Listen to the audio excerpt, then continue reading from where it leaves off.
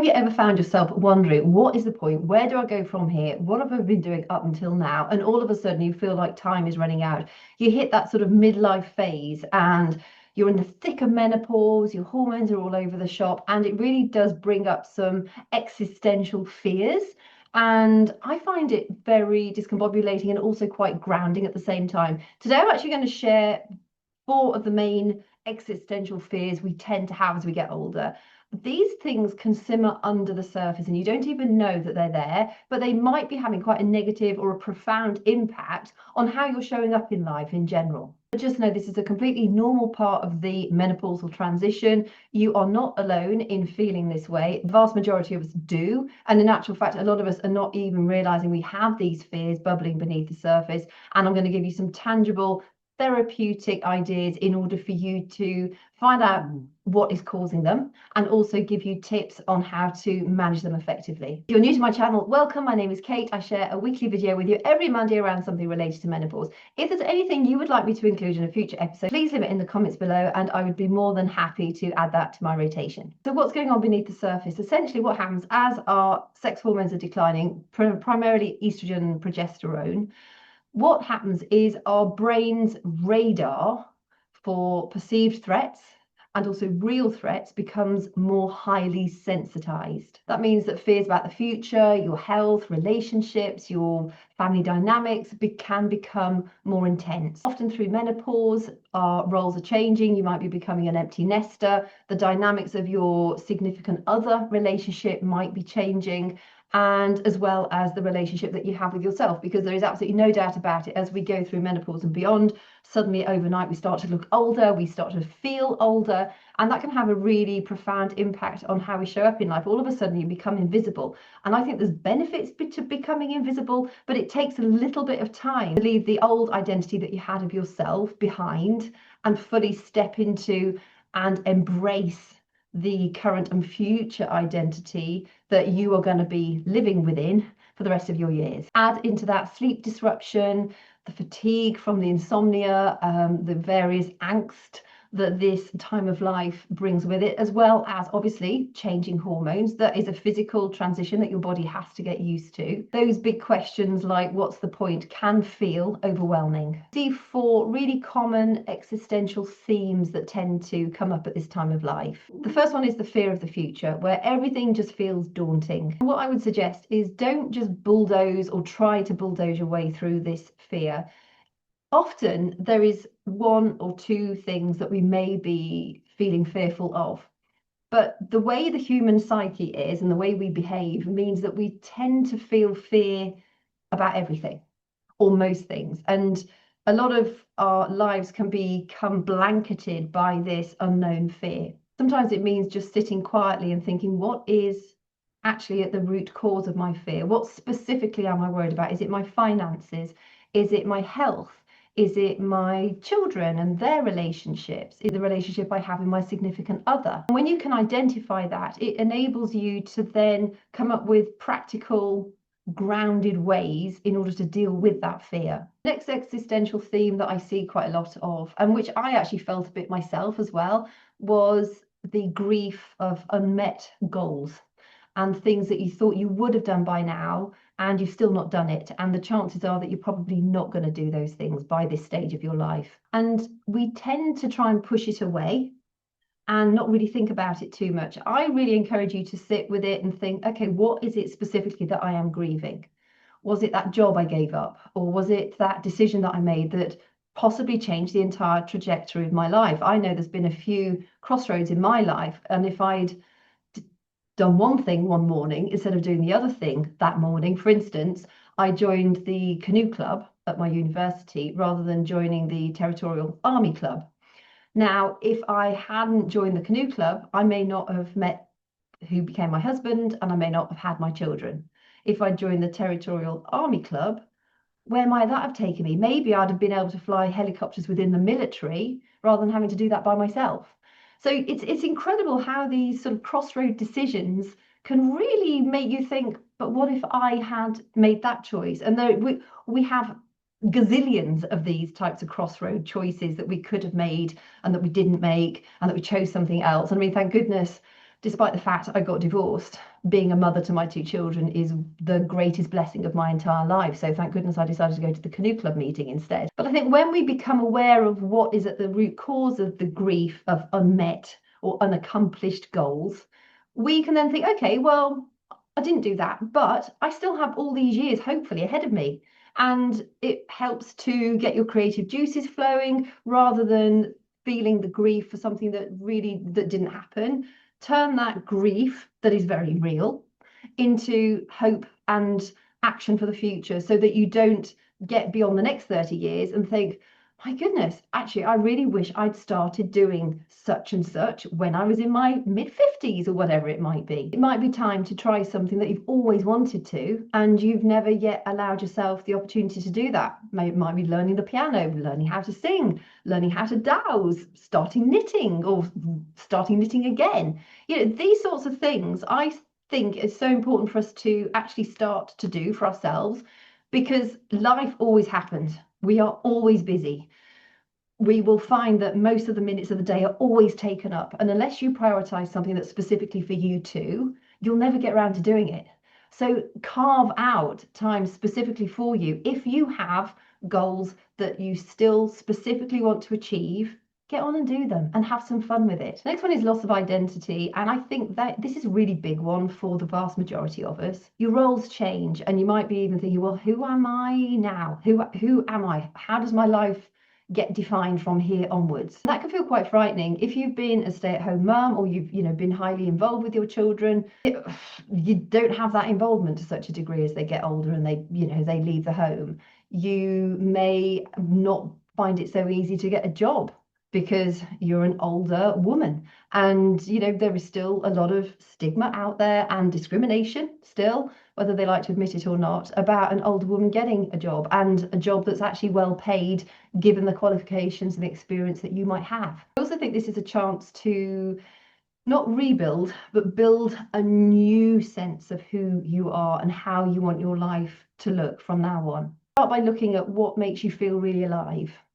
What really makes you just feel energized from within? Is it in movement? Is it in nature? Is it in learning? Is it in a combination of these sorts of things? And then finally, the big one, the existential dissatisfaction. Is this all there is? This nagging feeling of, is this what my life has culminated in? Often the antidote to that isn't a big life overhaul. It's allowing yourself to rediscover wonder, spending time in nature, looking at the stars, listening to music that moves you, reading philosophy or poetry or writing your own poetry. That's something I've started to do and I absolutely love it. It absolutely fills me with joy, even though I read them sometimes and I think, oh, I like it, but I'm not sure somebody else would. But it doesn't matter because I'm writing it out of my heart and it really makes me feel connected to something bigger than me. I have a friend who is currently battling cancer and she lies outside looking up at the stars and she listens to her heart with a stethoscope.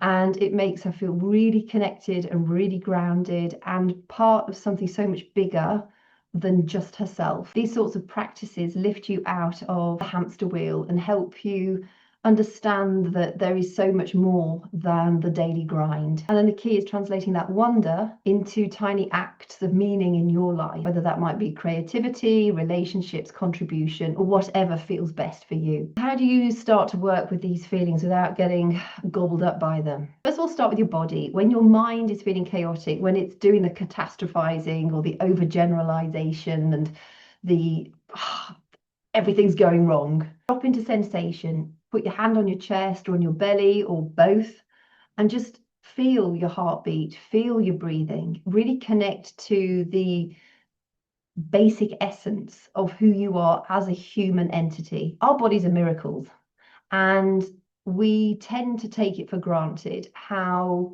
incredible the human body is. The fact that we make blood cells without even thinking about it, the fact that your body remembers to keep breathing even when you're in the middle of a deep, deep sleep.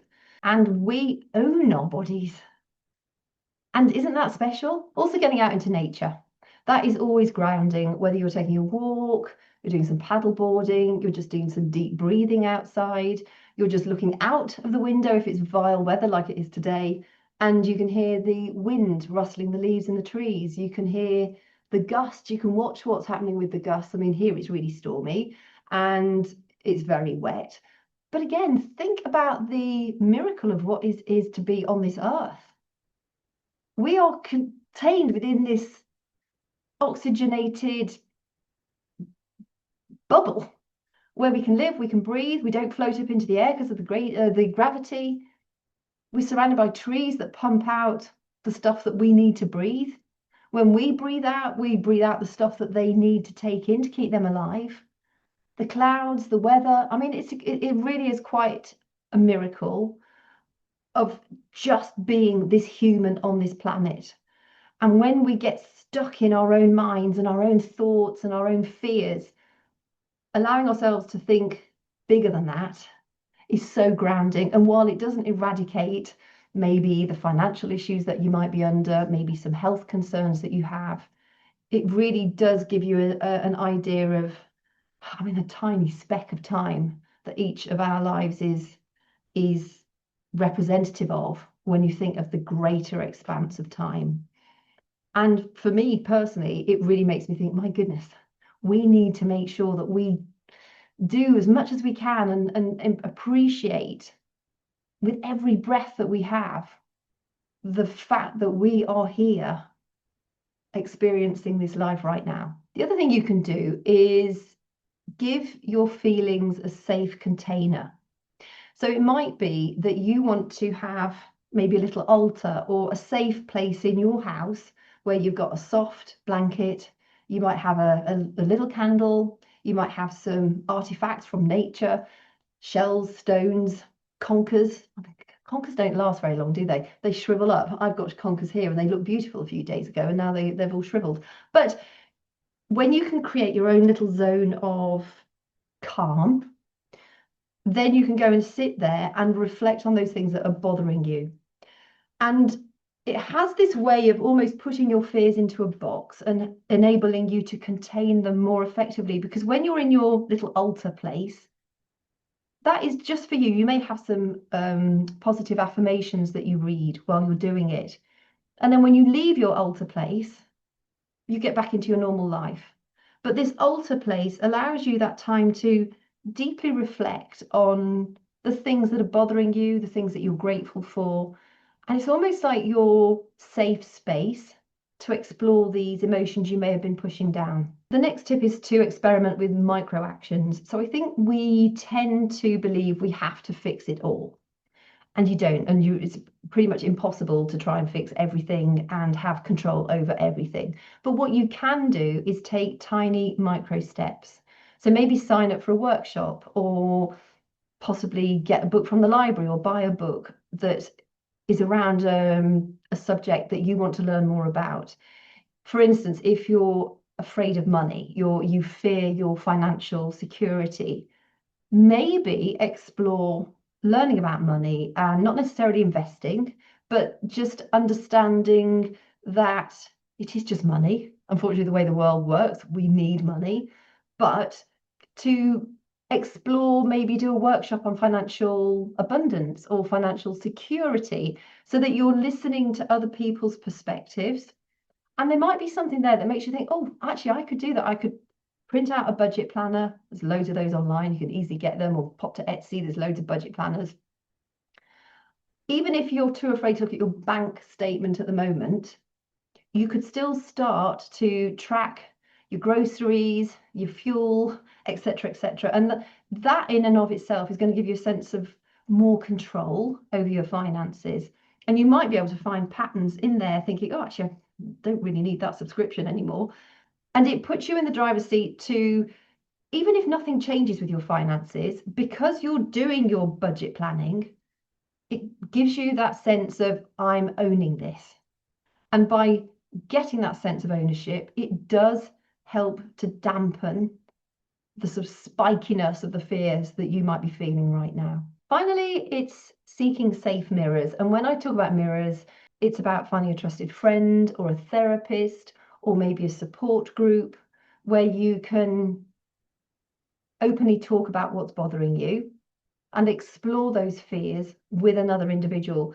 Because when we sat there by ourselves, that is quite scary and it can be quite daunting. And the vast majority of us do put off examining our fears because they're fears and we don't want to go near them. You know, the body and the brain are thinking, I don't like that. I'm going to stay away from it. So if you can find a trusted friend or family member, whoever that might be, that is going to help you so much because you'll have their perspective, you have their support, and often just talking through these things takes that deep sense of lack of control away from those fears. It helps to put it into perspective and it makes you feel more supported. So if you've been asking yourself, what's the point? Who am I now?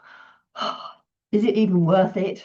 Know this, those questions are not the end of your story. They are the beginning of your new chapters. Midlife can be a journey of rediscovery, reframing, and rewriting what matters most to you now. So maybe this next week, if you have one of these existential fears that pops up, take it for a walk, journal about it. Instead of pushing it down, let it come up. And that simple step can help to open the door to more clarity, to more peace, and to more calm, and to answers in your life. Midlife is not the end. I see it very much as the new beginning, and you are just getting started.